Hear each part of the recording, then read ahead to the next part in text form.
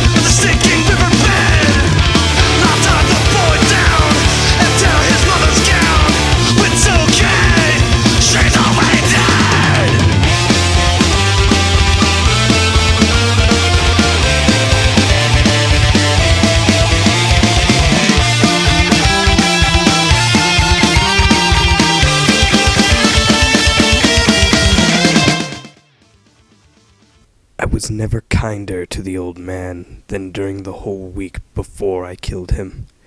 Every night, about midnight, I turned the latch of his door and opened it, oh so gently.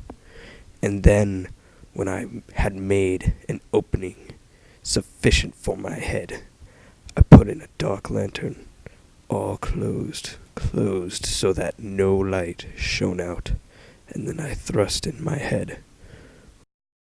Every morning when the day broke, I went boldly into the chamber and spoke courageously to him, calling him by name in a hearty tone, and inquiring how he had passed the night.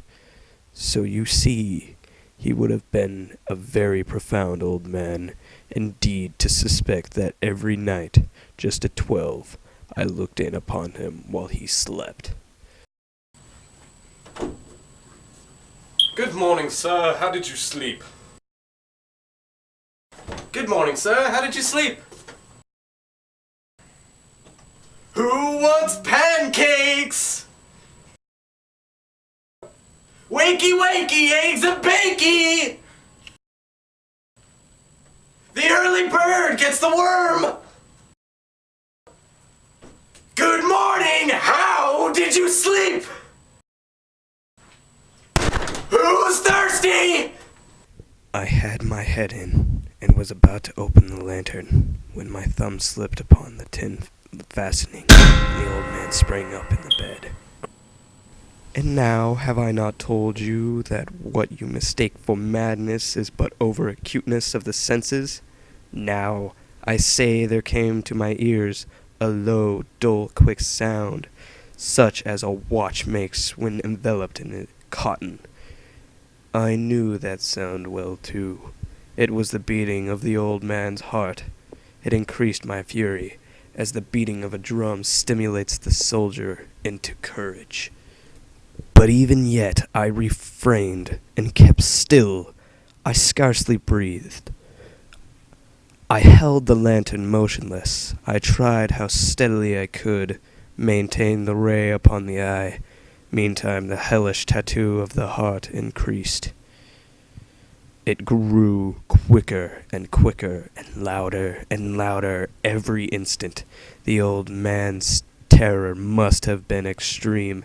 It grew louder, I say, louder every moment. Do you mark me well? I have told you that I am nervous. So I am.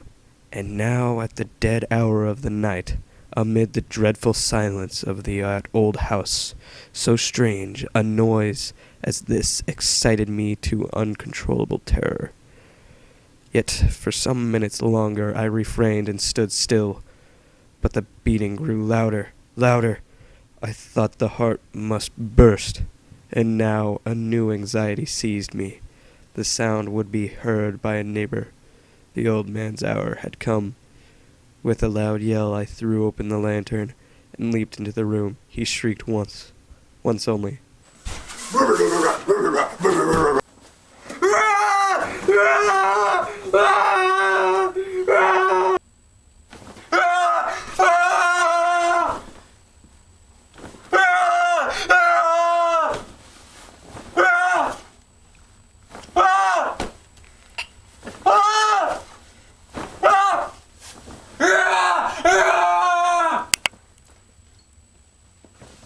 Cookie?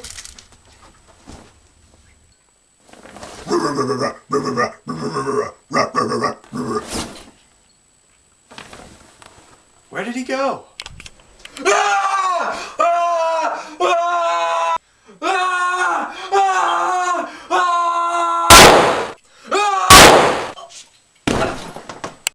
At length it ceased. The old man was dead. I removed the bed and examined the corpse. Yes, he was stone dead. I placed my hand upon the heart and held it there many minutes. There was no pulsation. He was stone dead. His eyes would trouble me no more. If still you think me mad, you will think so no longer when I describe the wise precautions I took for the concealment of the body. The night waned, and I worked hastily, but in silence. First of all, I dismembered the corpse.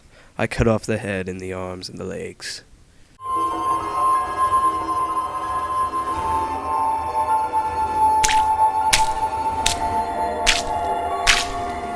I then took a sheet and covered the body on the floor. Ever so cleverly, I placed a chair over it, so that no human eye, not even his, could have detected anything wrong. There was nothing to wash out, no stain of any kind, no blood spot whatever. I had been too wary for that. A tub had caught all. Ha ha! A shriek had been heard by a neighbor during the night. Suspicion of foul play had been aroused.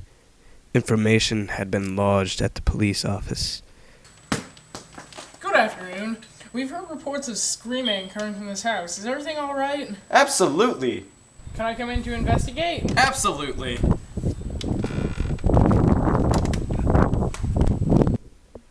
I smiled, for what had I to fear? I bade the gentleman welcome. The shriek, I said, was my own in a dream. The old man, I mentioned, was absent in the country. I took my visitors all over the house. I bade them search well.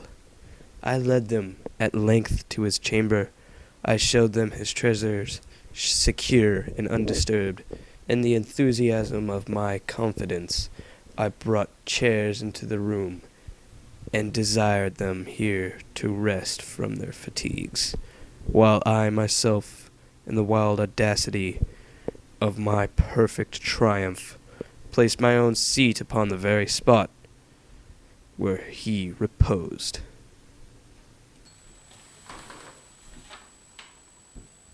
Don't look under here. Okay.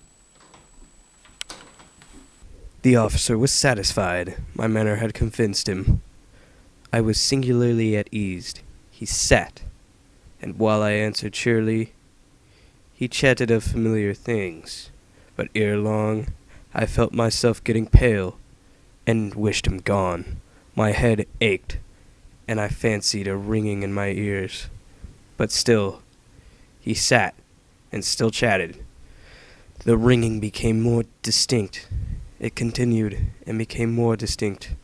I talked more freely to get rid of the feeling, but it continued and gained definitiveness, until at length I found that the noise was not within my ears. Well, everything seems to be in order. Hey, what do you think of Obama? I'm a little iffy about his policies, but otherwise I'm okay with him. Hey, what kind of gun is that? That's a Glock 9mm. Wow. It's a pretty handy gun. Light. Not much recoil either.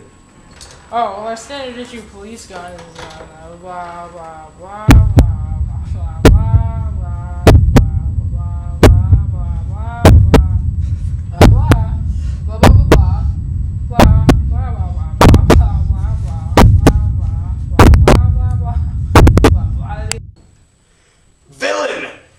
disregard the sign and look under the sheets. I admit the deed. It is the beating of his hideous heart.